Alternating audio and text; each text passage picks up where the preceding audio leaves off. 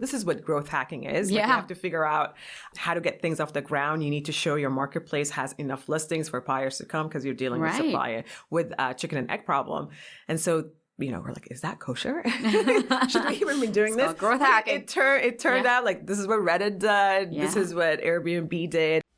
Hey everyone, welcome back to Billion Dollar Moves. Today we have Reham Fagiri, co-founder and CEO of AptDeco, a powerhouse in furniture resale that's not only racked up over $100 million in sales, but is also reshaping an entire $58 billion industry. Fun fact, AptDeco all started with Reham's frustrations trying to sell her own furniture on Craigslist. It began with literally one woman and a truck, fueled by the vision to make buying and selling furniture simple and trustworthy. Reham didn't just start any business. She was the first Black female founder to break into Y Combinator, launching her company out of this prestigious program and has to date raised more than $70 million. Now, AptDeco is booming with huge B2B growth and innovative logistics that keep customers coming back. Join us as we unpack Reham's journey from Goldman Sachs to building an industry game changer and learn the billion-dollar moves that took her from one truck to a thriving platform. Get ready for some serious inspiration.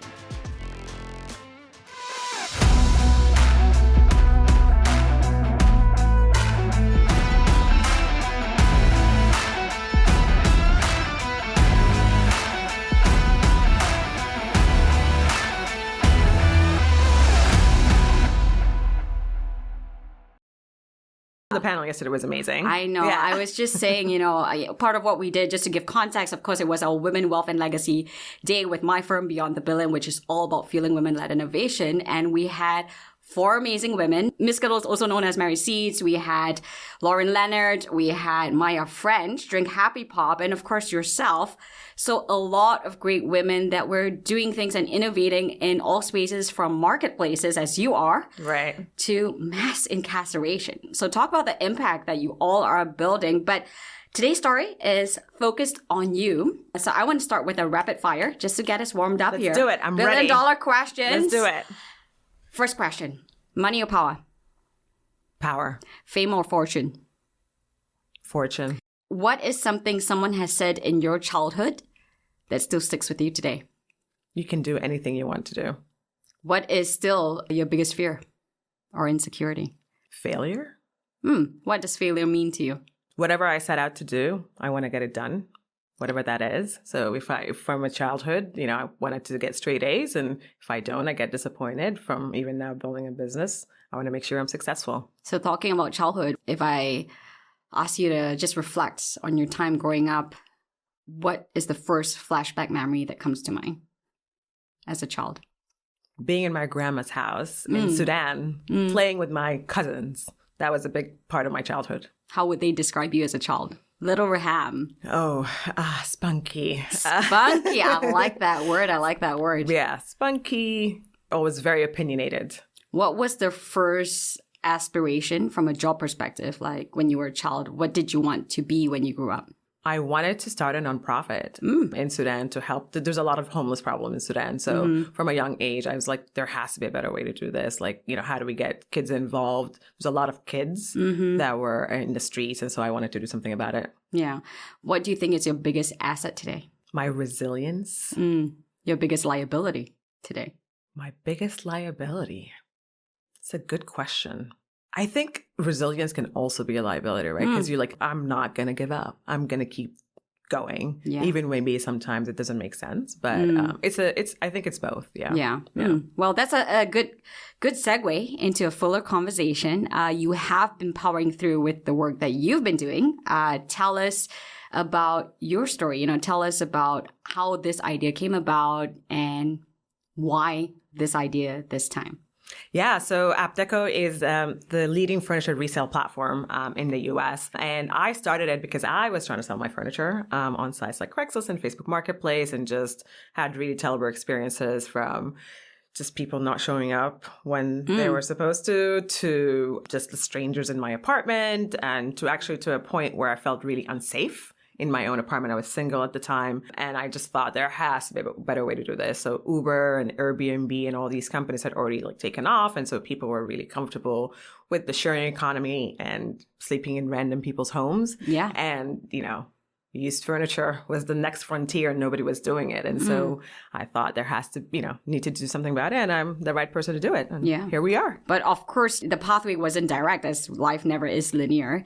You did go to Goldman, spent some time there in tech and sort of the back end with the bank. What was that transition like, and why this particular transition? Was that chapter in Goldman almost necessary for you to become an entrepreneur? Talk to us a little bit about that. I always thought I will start something, just like the story of when I was a kid. I knew I was going, I wanted to start a nonprofit. So when I went to Goldman, I had graduated from college. I studied electrical engineering and I was looking for a job. Like even starting a company at that point didn't even make sense. And frankly, also I'm an immigrant. And so I was on an F1 visa and needed a sponsor. And so Goldman, I was lucky enough to get a job there. But Goldman was a really great experience for me to just learn about how to build teams, how to build really good software, to, work with some of the smartest people I've come across still. And so the transition for me was, I was ready for something different. Yeah. And how long had you spent in Goldman? I was there a little bit less than 6 years. Yeah. And so I went to business school. I wanted to transform my career. I wanted to actually move away from software, believe it or not, to something completely different. And business school was a really good place to just explore what else is out there. But when I got to business school, I just was exposed to so many different careers, but a lot of people who were already entrepreneurs, serial entrepreneurs, people who are like me, my age, who've already started businesses, who are already building businesses. I thought after business school, I'll go and find a job somewhere, but it really empowered me to realize I can do it now. Yeah. I don't have to wait to get more experience to do it. Yeah. And so this idea came about after business school as you were trying to sell your furniture and realizing there were no better options. What was your next few steps in really identifying like, hey, this is an opportunity that I care enough about to spend the next decade of my life in? Decade, which is insane to say. So I started with, even in business school, everybody was complaining about, what are you going to do with your furniture? I was in Philly, and so most people after Philly, they move out of Philly to go somewhere else to get, for jobs or what have you. And so it was a big topic during graduation. Our class is 800 people. Everybody was complaining about it. That was the first moment. Then my co-founder, actually, he was trying to sell his furniture, a couch on Craigslist and in New York. And he ran into similar issues, not safety, because he's a big guy. And so that was an issue, one of the issues, but just people not showing up and the awkwardness of being in his apartment. He borrowed my U-Haul.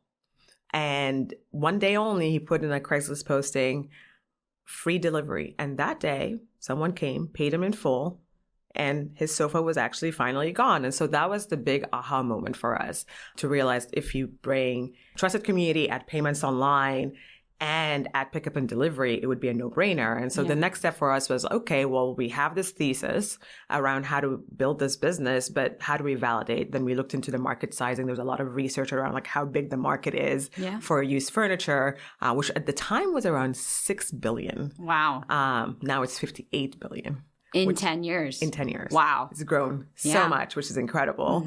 I was actually moving to New York for a job, but then I obsessed over this idea that I decided to do something about it versus take the job. Yeah. And he was Kalam, your co-founder. Let's talk a little bit about that co-founder relationship, because I think that's always underestimated. I mean, there are two schools of thought. Some investors, a lot of my friends don't necessarily like the solo founders, right? So they encourage co-founding teams. But even in certain programs, we work with even folks like Antler and all that, where they're co-founding. It is a very particular dynamic to find the right co-founder. What's the history of you and Kalam at that point in time? And how did you decide, let's work together on this issue because we both cared about it? Yeah. So the first thing, we both experienced the pain point. Yeah. Separately, personally around the same time. I think that was the first step. Yeah.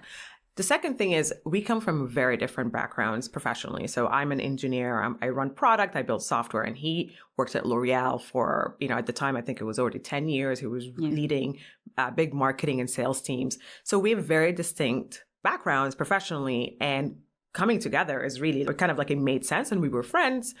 And I'll let you know, we're actually married now. So we were friends on and off dating. We trusted each other, and we were so passionate about solving the problem that it just made sense for us to take the leap. Yeah. And so this week, actually, as we're recording, we dropped the episode with Julia Hartz. And of course, she started Eventbrite with Kevin. So a husband and wife team. And she actually went through pretty interestingly the conversation that they both had before going into this business.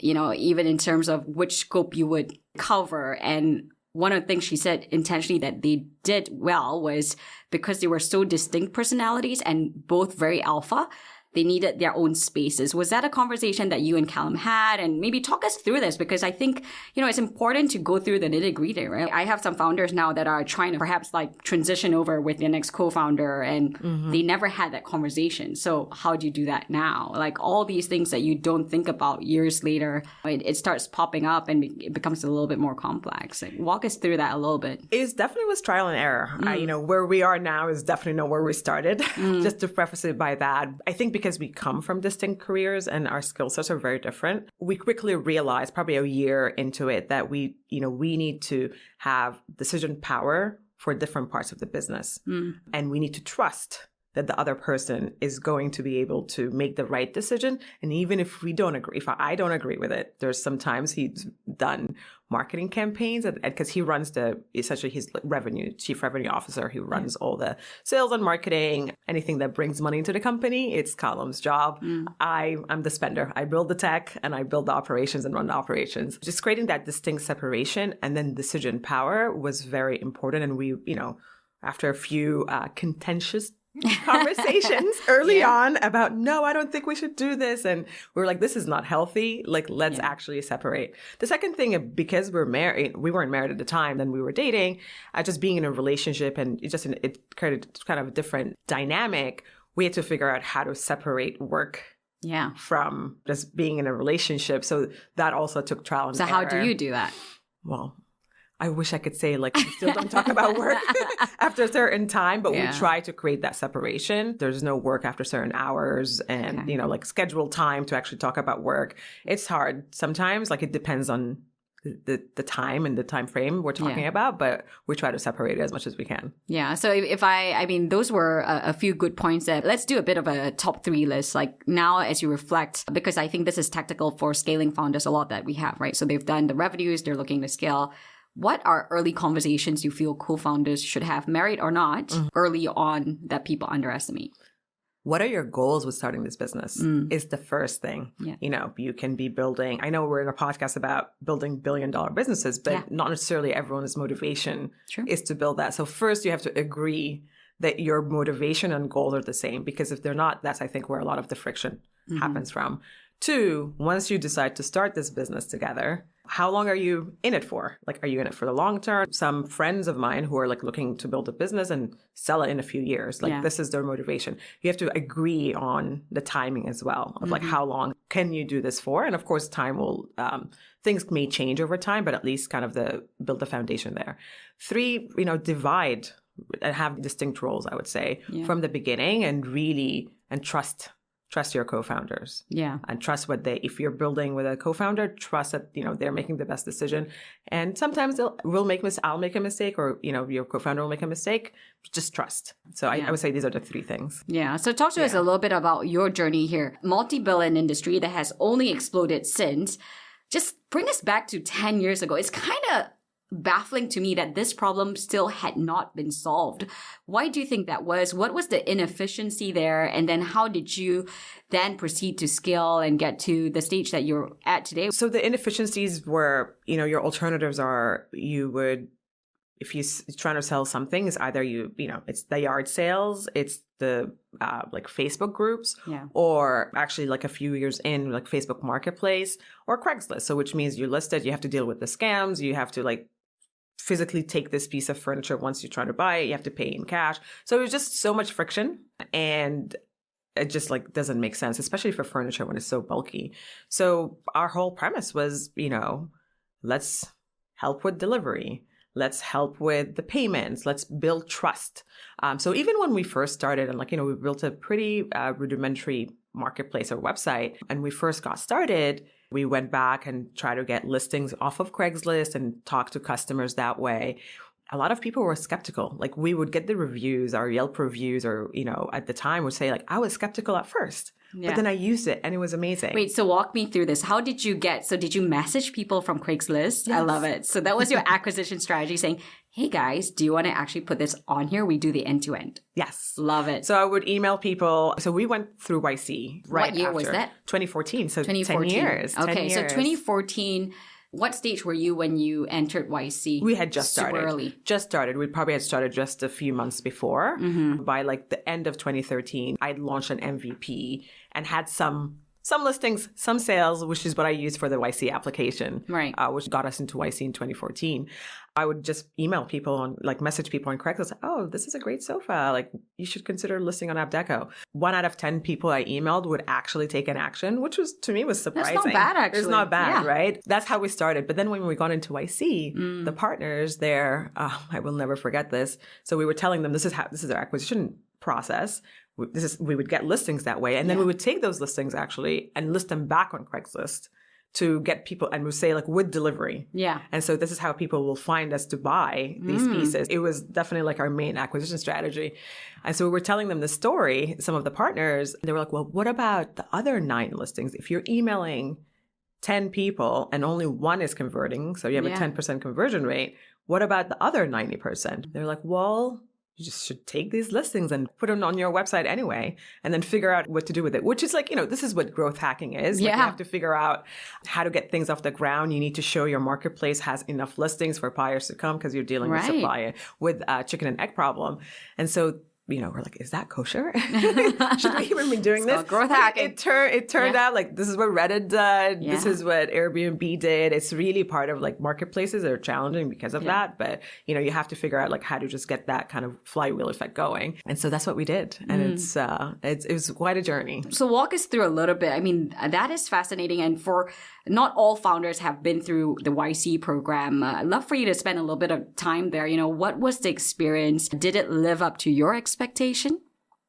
Absolutely. YC was great. Kalam and I come from a corporate background. So we've ran big teams. He was, I think, running a team of 30 plus people. Right. I was running a team of maybe 10 to 15 engineers. So we know how to scale something that's already scaled, but we didn't know how to get something from zero to one. And while we had the intuition, the idea of going on Craigslist and hacking it that way, we had the intuition, but YC helped us really think about the other 90%, like I mentioned, right? So to really scale to the next point. And so that was, it's incredible. And then the community, we were around founders who are our stage at the same time, really having similar issues. I highly recommend it. I know it's changed a lot in the last 10 years. We had our group partners to Kevin Hale and Paul Buchheit. We would meet with them whenever we want. We could just schedule meetings with them. But then every 2 weeks as a cohort, because they divided the companies into groups, we would meet as a group.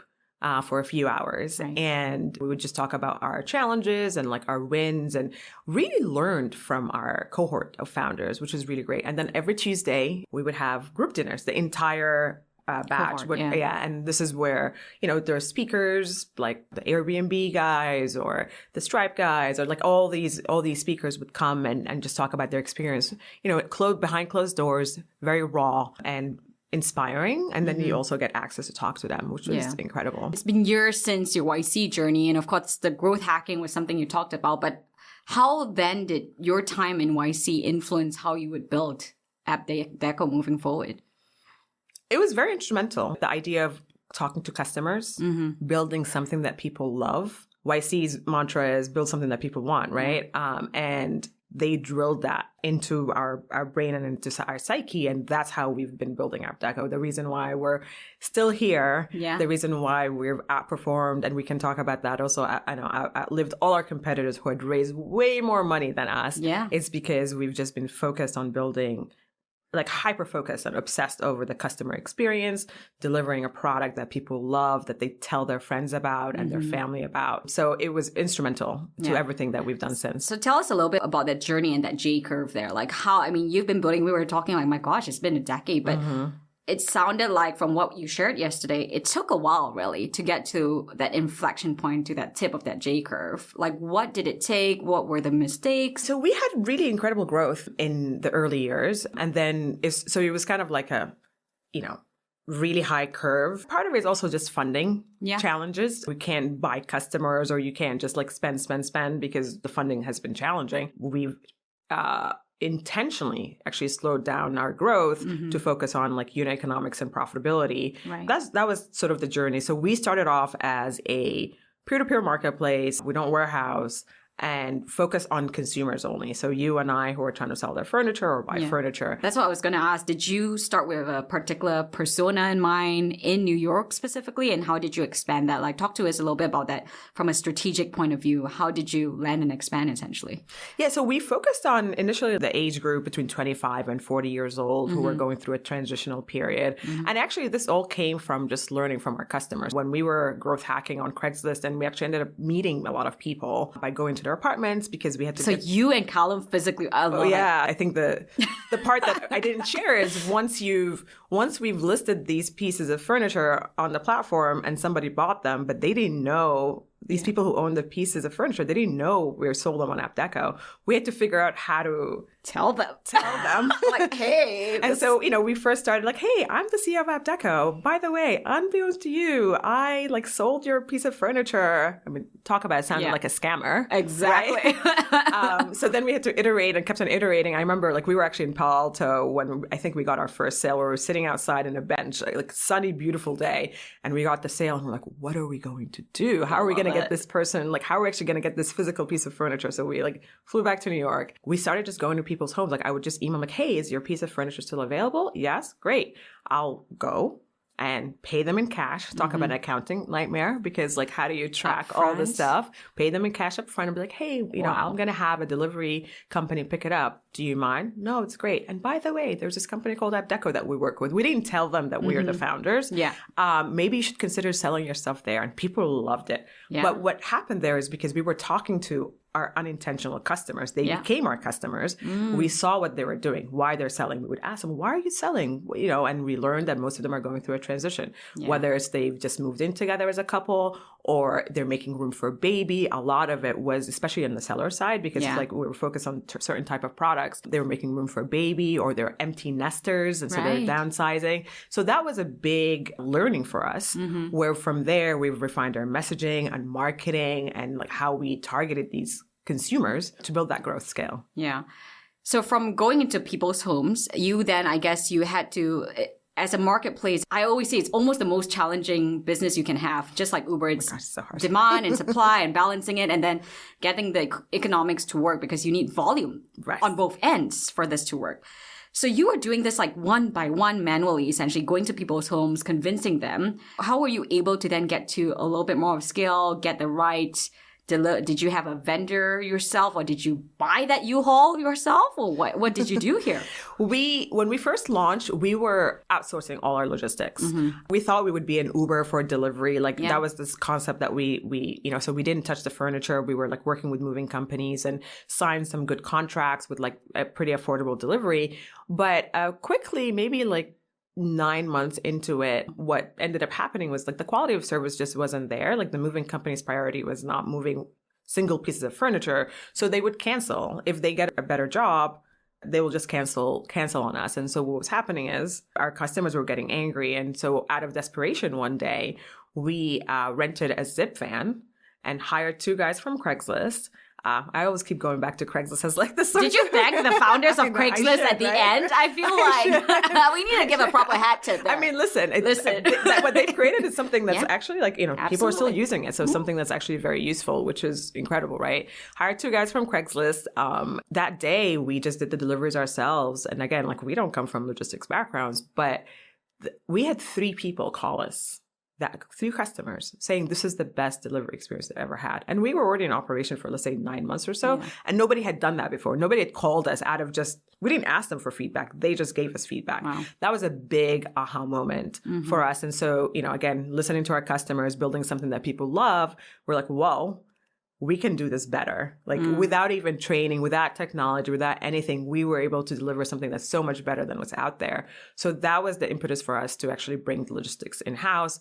We built our own logistics teams, and we built a lot of software. So our business model is we don't warehouse, which is nobody else has done that. Nobody's ever figured that out except for us. So it's just-in-time delivery? It's just-in-time delivery. Wow. And so our focus is on selling it quickly for the right price. So it's a lot of algorithms that make that happen, matching people to the same days, scheduling algorithms, routing algorithms to, create routes because it doesn't exist anywhere else. So that's what we built. And what came out of that is the customer delight was incredible. Like what people always talk about is like, wow, you have the most amazing delivery service.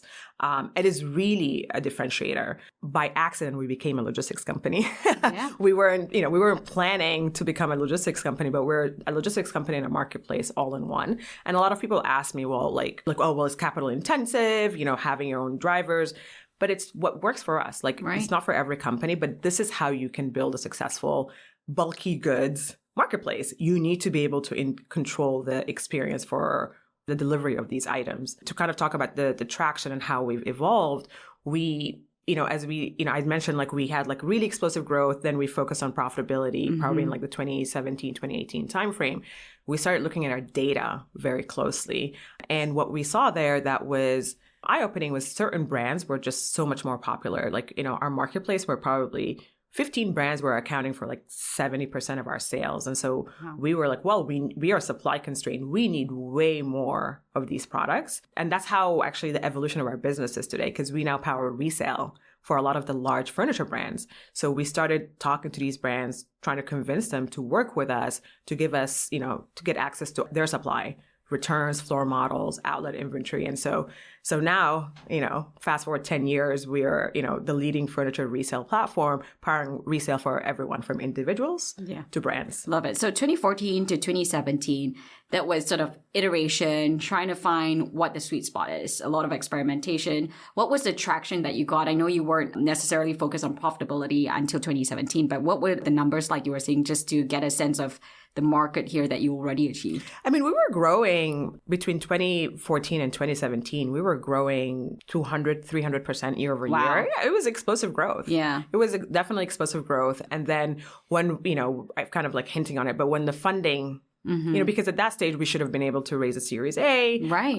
We didn't, we were not successful. What was the pushback there? I want to also spend some time there, but 2014, 2017, like this is basically, you've proven your model out, right? Like you've got the rough MVP with bare minimum resources. I know Kalam was still working with L'Oreal until sort of, when did he eventually quit to? Before starting YC. Before starting YC, but he helped to bankroll a little bit of that, as you were saying, right? Yeah. And then you decide to go all in, have traction, and even in today's age, even with that kind of traction, you should have been able to raise a significant amount as a YC company. Yes. But that didn't happen. Yes. So out of YC, we actually had a competitor during YC who was doing something similar, but it was in consignment. They were storing the furniture before, like they were touching multiple times. So very capital intensive business model versus us, asset light. Out of YC, we're actually one of the fastest growing consumer businesses from that batch. The expectation even around the partners and everyone that, Demo Day should be pretty significant for us, but that was not the outcome. Our competitor had already started talking to most investors. We ended up raising like maybe 300 to 400K out of YC, which is 300 to 400,000. Yes. Versus they raised, I can't remember the exact numbers because it's been a while, but I think 2 to 3 million, which is, I think, the average check for YC companies. But again, remember what happened after that. We were still growing, explosive growth. So, it's funny, a couple of days ago, actually, I pulled up my Demo Day deck for a completely different, I was just doing something else. And our run rate out of YC was 1.3 million out of YC, which was already very, very high at that stage. A few years in, we were way beyond Series A numbers as far as revenue. But that didn't happen. Like we raised our Series A in 2019. Gosh. Yes. So, we've had to do it differently. Having a hard time raising funding or difficulties raising funding forced us to focus on fundamentals. Yeah. Amazing product, positive unit economics, iterating, like even finding these B2B partnerships, really thinking outside the box. And here we are. Yeah.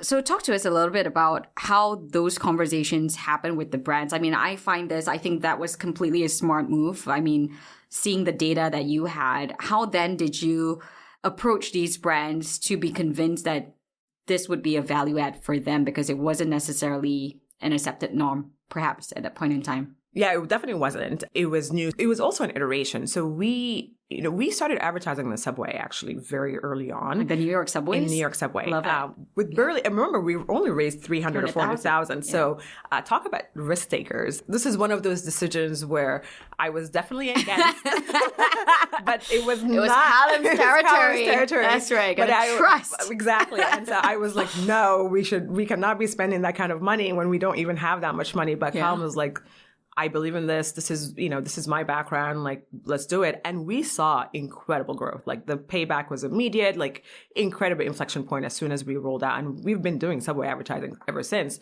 But what happened from that was our brand got out there and stores started just like organically coming to the platform. You had inbound, small mom and pop stores initially. And then some smaller brands just found us and started using us. We looked at our data and we were like, why are we going to these addresses? We didn't even realize there were stores. Yeah. Why do we keep going to the same address over and over and over again? And then we would talk to the delivery team. They're like, oh, it's because it's a store. So then we started professionalizing that and building a process around it. And we onboarded a lot of small mom and pop stores, not any of the big brands. But we couldn't sell the products.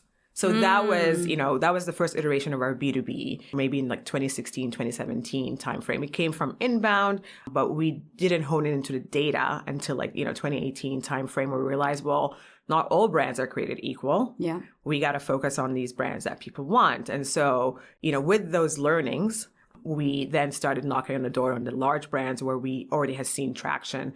We're also fortunate enough to have one of our investors is Hearst Corporation, which owns a lot of the design magazines. And so they have contacts at all of these big brands. And so we were able to get introductions to these big retailers. But, I still had to close the deal, but at least we were able to get access the door open. Yeah, I was with Katie last night, actually. Oh, yeah, exactly. Oh, yes. And so from there, we signed our first deal and the rest is history. Name some of the big brands that now trust you and count on you to resell. And what is that business model like? Is it a contract for a whole year, multiple years? Like what does that look like for you these days? Yeah, so we work with over 30 brands from small to very large. Names that you're probably familiar with like West Elm and Pottery Barn and Lazy Boy and Article and we run the gamut. And smaller like direct-to-consumer brands, Bill Concept and Caligaris, kind of mid-sized brands.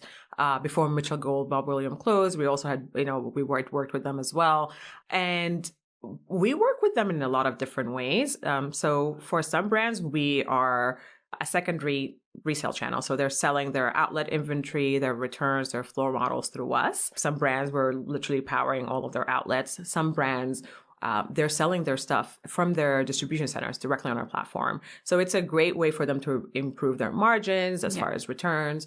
What we're excited about is also the evolution of what we've been able to build. So now we are white labeling our software. I was going to say, are you white labeling? Yes, for all these so folks? we are. That has not launched yet. I can't mention who. Very exciting. Very exciting. So in 2025, there's going to be some really big announcements with these big retailers where they're launching their own branded resale. Wow. Powered by AptDeco and our AptDeco's logistics and customer experience and our technology. So that's where we're headed. And also the newest product that we just launched actually this year is warehouseless returns. So it turns out that 15% of items purchased, like furniture purchased, gets returned. It's actually the highest in the industry from a consumer. 15%. Wow. It's very high. Yeah. So these furniture brands have a really big problem with returns and it's squeezing their margins significantly. So their recovery margin is super low. So what we've built is a warehouse return solution where we're interjecting when you're returning a product as a user, it flows through our ecosystem. And then we're able to sell it, pick it up, and deliver it before it even gets to the distribution center. It's a really innovative, really crazy, but a game changer. Absolutely game changer. So super excited about that also. And so again, like to your question about how we're working with brands, it's very customized to what their needs are and what their pain points are. Yeah. So tell us a little bit about the numbers here. I mean, so exciting. I think, so it sounds like the big brands, the resale model was really what brought you the numbers. Would you say so? Because that's volume, right? So it's both. Our marketplace is still, it's actually both of them. Which work was hand the in bigger, hand. maybe today and moving forward, where do you see the biggest revenue driver being? Is it the white labeling service? Is it your platform? Like, what do you see here? Yeah, I think it's going to be like 60% the B2B side. And so there's recurring revenue coming from that, which is significant, right? Especially as marketplaces, you have to get two consumers to make one transaction. And so by cutting that cost, like we're able to see a lot more from a revenue return perspective. So recurring revenue, transactional revenue, I think 60% is going to be on the B2B side and then 40%. But the reason why also a lot of these brands work with us is because we introduce them to a different type of consumer who is maybe not ready to shop their products Fair yet. enough, yeah. So it's a cheaper price. Exact, cheaper it's price. So it's a point, great entry point for them. So, we view this as like we've built a holistic platform where consumers are getting introduced to brands earlier.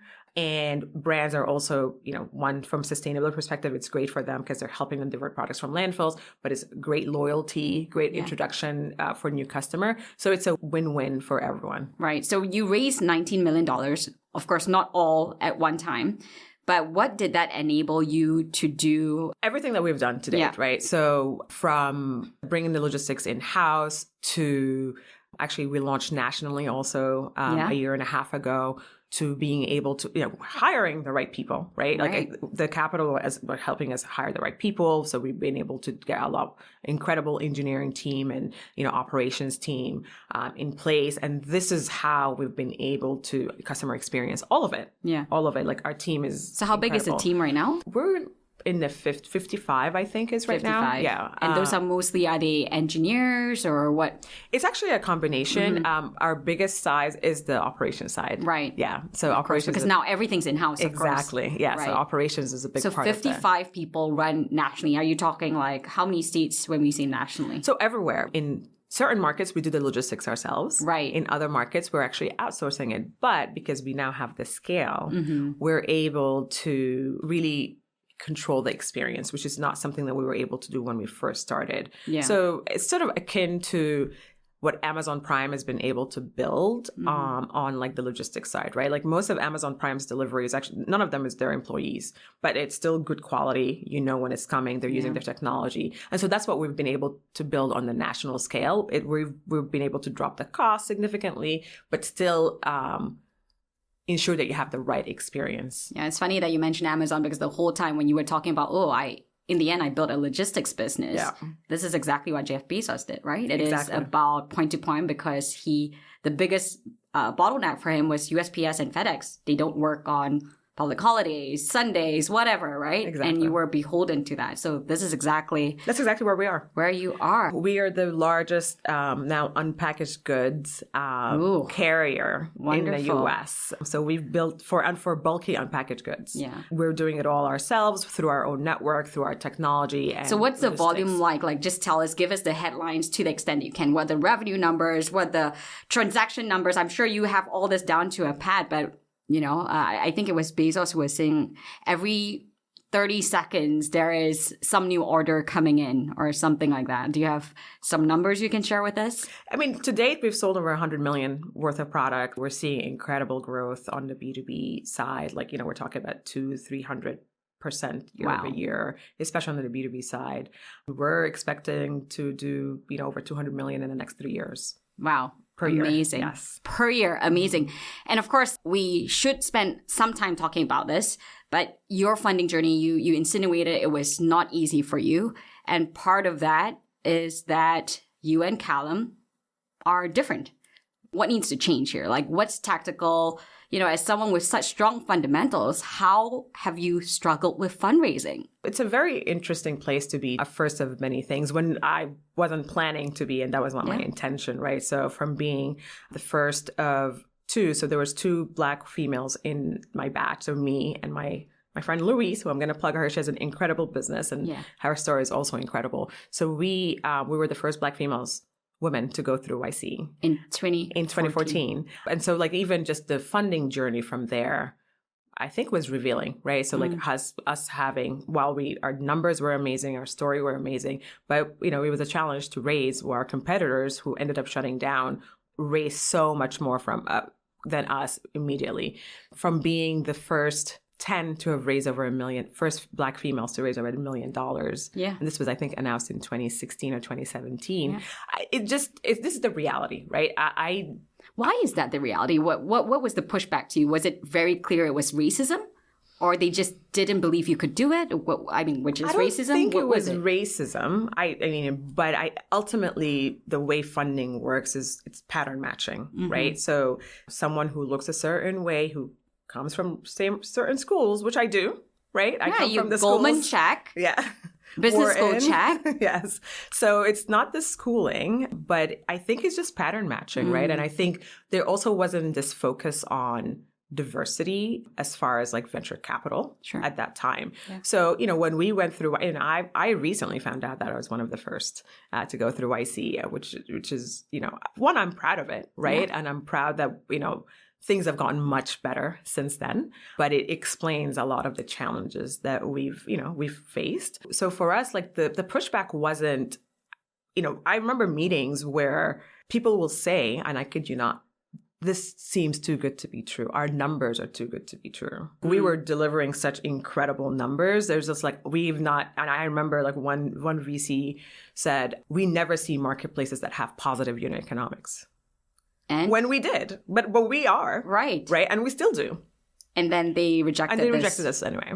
Yeah. So I think it was just like, wow, like you guys are just, one, you don't look the part, but two, you're doing it so differently and so efficiently. How could this be possible? If I was an investor, I'd be like, oh yeah, you should be investing in this. Exactly. Right. But I just, that's just the reality, right? I don't know what goes in their head. So tactically, let's bring this to problem solving, which is always our approach, right? We have a lot of LPs and GPs that tune in. What's the message to them as, another future Reham goes through the doors with positive unit economics and they don't believe it? Like, what needs to shift there for things to change? I think the pattern matching needs to change, right? I think you have to look beyond just the surface. The other thing with VCs it's very relationship driven, right? So a lot of times they're investing in their friends' deals, and there's the FOMO. And also there is this notion of, well, I don't want to be the first. Like if it's a hot deal, now everybody wants to go into it. And then when you're dealing with women founders or diverse founders, minority founders, that may not necessarily be the case. So you, from an LP or VC perspective, I think recognize the inherent bias that maybe you or your team is potentially putting into this deal, and take a deeper look before you pass. And ask yourself why you're passing. I love that. That's actually one of the requirements that we make all pledge funds include in their process. If someone is passed, give an explanation. And oftentimes when they actually sit with themselves, she's not a fit. Right. What does that actually mean? What's a fit? I think that's the biggest issue. What is a fit? Today, I'm proud to say, there's so much money that's gone into this industry, and all our competitors have not survived, except for us. Yeah. That's just the fact, right? And so imagine if we had more capital at this stage, we would be much further along than we are. Yeah. But that does not stop us. Yeah. And just very quickly, why did you do the Reg CF, the crowdfunding route? Like, I found that a little bit curious when you already have these numbers. Was it about mobilizing your community to invest in you? What was the strategy? It's a combination. There? It's a combination of mobilizing our community.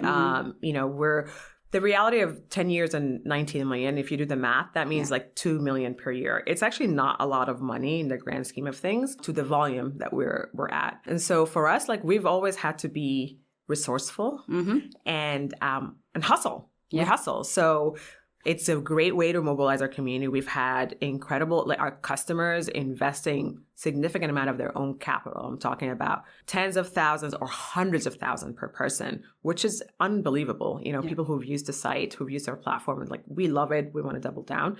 Nothing like that. And also out of necessity. Yeah. So part of it was we need the capital. While we're at profitability, we have very ambitious plans in terms of where we want to be. And we're not going to let the market stop us from getting there. And so we're always hustling and trying to figure out alternative ways to get funding. Unstoppable. I love that. Final message, call to action for founders tuning in that are in the rough as you have been in many ways over the 10 years. Don't give up and keep iterating. I think also ignore the noise. So ignore the noise. There's a lot of noise out there, whether it's, the lack of, especially for women or minority founders, the lack of funding for women, the lack of funding for minority founders, I think 0.3% or 0.5% to Black women. To Black women. At least it's better than it used to be 0.3, I think. So at least it's moved a few decimal points. But I think if you hear these numbers, you're just not going to do anything about it. Like maybe you may not even start, or maybe you'll give up. But that's just noise. Build a good product that people love, and everything will follow. And that's why don't give up. Yeah. Be unstoppable. Reham Fagiri, you're absolutely unstoppable. I can't wait to see what you and Kalam will continue to build beyond your family, but for the world. Thank you so much for spending this time. And as I always end, keep making billion-dollar moves. Let's give a high five. Thank you. Thanks for having me. Thank you. And thanks so much for tuning in this week. You can subscribe wherever you get your podcasts and follow our socials on Sarah Chen Global to get the latest on the show. It would really help me out too if you enjoyed this to rate and review our show on Apple Podcasts and share your favorite episodes with a friend. I'm Sarah Chen-Spellings and you've been listening to Billion Dollar Moves.